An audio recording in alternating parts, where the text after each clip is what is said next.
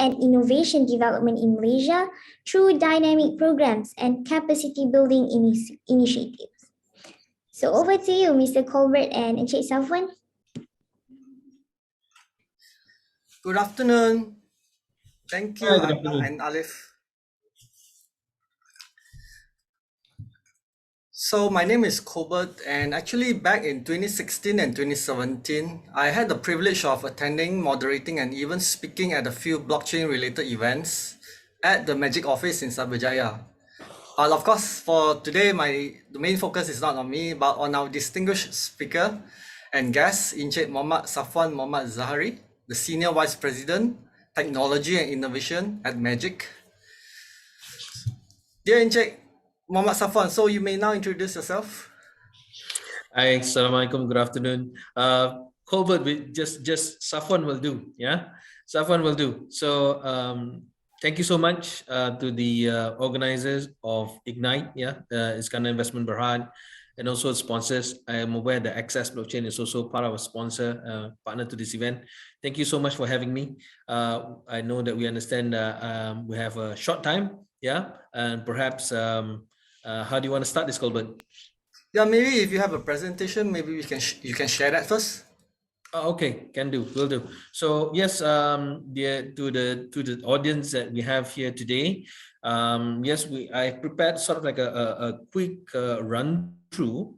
I think the MC just now, Aina, actually did a quick introduction of MaGIC and who we are. But I think we are also, as most of you would be aware, MaGIC is also in the process of finalizing our merger with TPM, Technology Park Malaysia, and that will form the Technology Commercialization Accelerator, and that will be some interesting stuff happening at Bukit Jalil. So let me see, in terms presentation wise, let me try and put up the screen.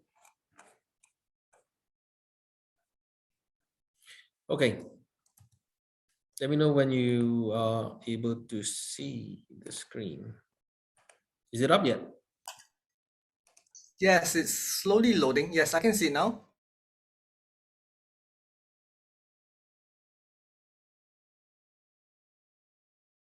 Just a simple deck, just a quick introduction.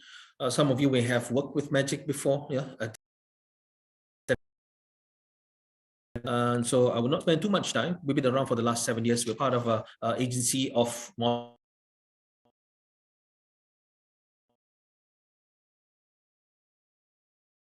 system for technology and social startups, and we've been doing the same for the last 7 years. We have has been a very interesting 7-year journey. We had quite a number of alumni as well, successful alumni who have joined MaGIC, and we are glad to see that they are gone beyond that and expand further. So we work with startups, social startups, and also our programs also is also offered to academias. Yeah. So, and I think that at the bottom of the presentation you see quite a number of MaGIC programs and initiatives, which perhaps some of you may have also be participants to. You know, we have our bootcamp startups. Our bootcamp program, which has offered recently a program on blockchain, drone tag, yeah, and deep tech, for example. I'm just going to switch gears very quickly to the National Technology Innovation Sandbox. Some of you may have may well are aware or are already part of the sandbox that we have established. Back in July 2020, MOSTI have crafted an initiative and have asked MaGIC to lead this initiative. The initiative is called National Technology and Innovation Sandbox, yeah, or Sandbox for short. And what we've and it was a response to at that point in time, because we had COVID, slowdown in terms of economic activities. There was a lot of issues then, and at the same time as well, we are aware that Malaysia, we have a lot of innovative products, and we have a lot of very creative and resilient tech startup and social startup. So The idea behind the Sandbox is to accelerate and commercialize local innovations to the market. As mentioned, there are a lot of those innovations, but somehow they're not getting to the market fast enough. Secondly, to establish test bed for advanced technology, and also to enhance the people's quality of life. Yeah. So how do we do that? Is that we refer to this matrix called 10 by 10, which is already prepared by the Malaysian by the Academy Science Malaysia, and this is actually a matrix of the socio-economic drivers as well as the technology, socio-economic sectors and technology drivers. Yeah. For example, how this works is that in the area of agriculture, we're trying to find what are the technologies applicable to help advance agriculture. Yeah, it could be sensor technology that helps you detect in terms of the health of the soil, whether it's getting enough water or not. Yeah, those are some examples. With regards to the program itself, we work with Technology Park Malaysia, MIMOS, Futurize, as well as our funding partner is MTDC. Yeah. Some very brief achievement that we have to date. Yeah, there are a lot of application, but out of those many applications that we received, only 510 felt that they have a complete application that they want to submit, out of which about 130 have actually been approved. Yeah, and I would just like to add that the amount of money that the government has actually committed is roughly around 52 million. Yeah, so Colbert, since July and this year, so you can see that, you know, when they say sometimes government is slow in terms of processing, we at the National Technology Innovation Sandbox would like to challenge that and say that we have seen application approval for funds being done within 2 months. Yeah, sometimes they say, oh, it takes 24 months or 12 months. We've done it less time than that. What happens in the Sandbox, if you may ask? Yeah, so there's a hive of activities. So a Sandbox is virtual as well as physical. What happens is that we have researchers, we have technology partners, we have the startups, we have the Sandbox operators, you know, we have the testing that happens within the Sandbox. We really want to make it vibrant. Yeah, we really want to test, you know, what are the innovative technologies out there, and technology is and as to the topic here today as well. Yeah, regarding blockchain or fintech or insurtech or agriculture, these are all areas that we are happy to explore. Just to share with you some of the things that we have today. We have an agriculture sandbox, we have a drone and robotics sandbox, we have an urban drone delivery sandbox. Yeah, so I mean, all of these sandbox have been crafted. So the first two was launched last year. The urban drone delivery sandbox was launched with AirAsia sometimes in March. Yeah, the partners, you can see the partners listed down below. Also, what I'm hoping to what do you call that? Inform those audience and listeners. If you are here and you wanted to know how can I get into the Sandbox? You know, what role do I have? So there are various. Either you are an applicant, or you can be a funder, academic partner, yeah, regulatory partner. So these are some of the areas that we are actually inviting you to actually come and play with us in the Sandbox. Because, for example, the area of blockchain, I'm a noob when it comes to blockchain. Yeah, not unlike you, Colbert. You know, yesterday I had a 1-hour session with Lisa of Intelware. Yeah, just to get myself ready. And I'm hearing in terms of the discussion just now, you know, Farouk and the rest. I'm so amazed in terms of their level of understanding of Sandbox. So their level of knowledge when it comes to blockchain. Yeah. So we need those kind of subject matter expertise. We need funders. We want the ecosystem, the Sandbox ecosystem to be vibrant. But of course, to make it more vibrant, you know, the government pumps in money. So I'm not going to go into detail. But the Sandbox is not just about coming to the virtual or physical Sandbox. There are actually grants that are available. Yeah. So I hope that will be like, I know it's raining out there. Some people might be feeling sleepy, and suddenly when you hear like grants, what grants? You know, their eyes will like open up and say, there you go. Yeah. If you want to know more, log on to our website. Yeah. Those are some of the things that is covered by the grant. Yeah. As mentioned, there's a single site Sandbox, multiple site Sandbox, commercialization, yeah, and also for matching fund, which is reserved for corporates. Come and go. Please do visit our website. I just want to finish off with this slide. Some of the other programs that we have held, MaGIC have held, NTIs as well, with regards to the area of blockchain. So we had a boot camp session, and also on the right hand side, what you can see, you have about 4.9 applications received in NTIs are related to blockchain technology. So I'm just listing out some of the players which you probably are listening in, or you probably know them. Yeah, something that you can probably ask, like, oh, how's that going? Yeah, so that probably give you an idea as well in terms of how you to apply, whether ready to apply or not. Yeah, so I'm going to stop there, just in case, just to open up, if there's any question from you or from the audience with regards to what I've just shared, or maybe there are other questions that you want to add as well. Yes, definitely. Thank you for sharing that, Safwan. Maybe I can ask some questions right now. Sure. So maybe since MaGIC is actually a government agency, and I see that MOSTI is a lead ministry in the NTIS, which is what we call the National Sandbox. And basically, like, what do you see are the national challenges or problems you observe which can be tackled using blockchain technology, since you are a newcomer and probably you have that actually some data on that? Yeah. So one of the ways that the Sandbox work, or the program works, is that we actually go and engage with the public sector as well as the private sector to understand what are their, for the public sector or government, it's called the National Grant Challenge. For the private sector is the corporate problem statement. What are the problem statement that they have, and then we try and sit down with the solution owner, yeah, and say, okay, can you solve this with that technology or this solution? Yeah. So what I want to share with you is that based on what I've read and based on our research that we've conducted, the agency has actually came up with a blockchain and distributed ledger tech outlook in 2019. So they're looking at in terms of using blockchain in the areas of fintech. Yeah. I think that is overall, but zooming in into the Sandbox just now, the National Grant Challenge statement that we have compiled so far, one of it is actually from Ministry of Transport.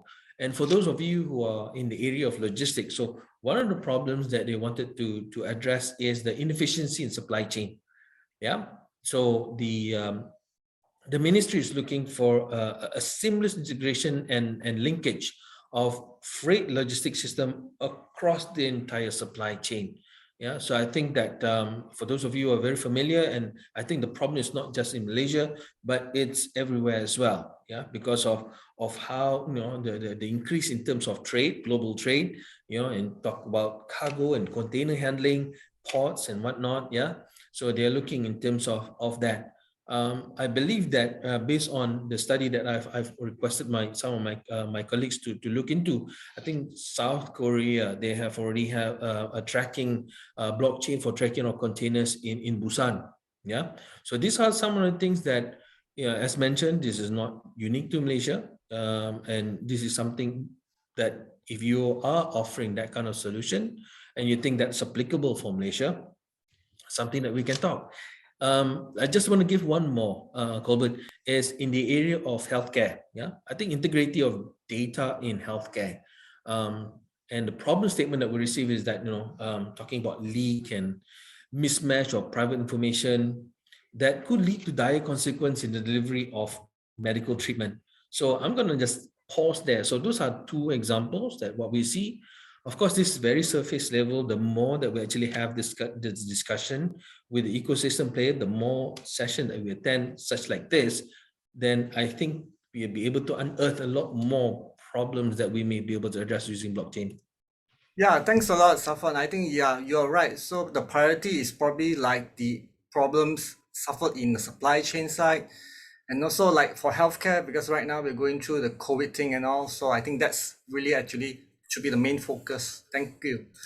So maybe the next question I have is actually, so since actually there are problems being looked at, how do you think is the government actually helping to promote the usage of blockchain? And Do you think there are any blockchain pilots right now to kickstart the usage right now? Okay, so at the moment, there are no sandbox, blockchain sandbox yet. Yeah, for now, not yet, but we're always on the lookout. Yeah, so we have done drone and robotics. We've done logistics and urban drone delivery. So of course, if there is a market demand, yeah, as mentioned, there are already applications with regards to blockchain. But if we are able to have that a sizable request, and we can actually start looking in terms of developing a blockchain sandbox. So one of the things I'm excited about is the recent, what was happening right now between MaGIC and TPM. So by next year we're moving in fully to TPM, and TPM, if you look at it, is a 686 acre of land, with development, with offices and whatnot. So we're looking at what are the opportunities to actually apply blockchain at a city scale. Yeah, wouldn't that be interesting? So I don't know whether or not do you want to pay, again, the currency that was mentioned, the valuation. I'm not sure whether paying nasi lemak with Ethereum is going to work out. Yeah, is because it's like 13,000 something, right? So unless you're buying for the whole TPM area. So but there's something that is interesting for us to look at, yeah, because the application of it, not just the use of crypto, yeah, Bitcoin, but also in terms of all the other things that we're doing, yeah, inside this mega sandbox called in Bukit Jalil. Coming back to the question in terms of how is the government helping to promote, yeah, there are various initiatives right now. You can see in the fourth IR policy that the government has outlined the in the area of medical and healthcare sector, the national COVID-19 immunization program. So yeah, so I think this is where Mostly has collaborated with Ministry of Health to develop a track and trace system using a blockchain technology known as the vaccine management system. So that's one. Yeah, water and food sector, for example, in the halal meat product tracking system, that's another one as well. What about smart city? So I mentioned about TPM, yeah, Mega Sandbox, and also the up and coming. We want to revamp this place and make it into a smart city. So we're looking at blockchain-based pilot project in the National Authorized Economic Operator Program. There's a current program happening with the Royal Malaysian Customs Department. Yeah, so I think these are some example. There are probably a lot of more examples out there, and I'm quite sure some of the listeners and the audience are probably participating in some of this program. But suffice to say that there are traction, there are projects, there are initiatives within the government. I know that I've not spent enough time with MITE, yeah, which I would like to, because they have a lot of work done in blockchain, and I would also like to spend time with the Malaysia Administrative Modernization and Management Planning Unit, or we easily call them MAMPU, yeah, because we know that they have been designing and building blockchain infrastructure. So I have not had the chance yet, but I think there are a lot of things happening.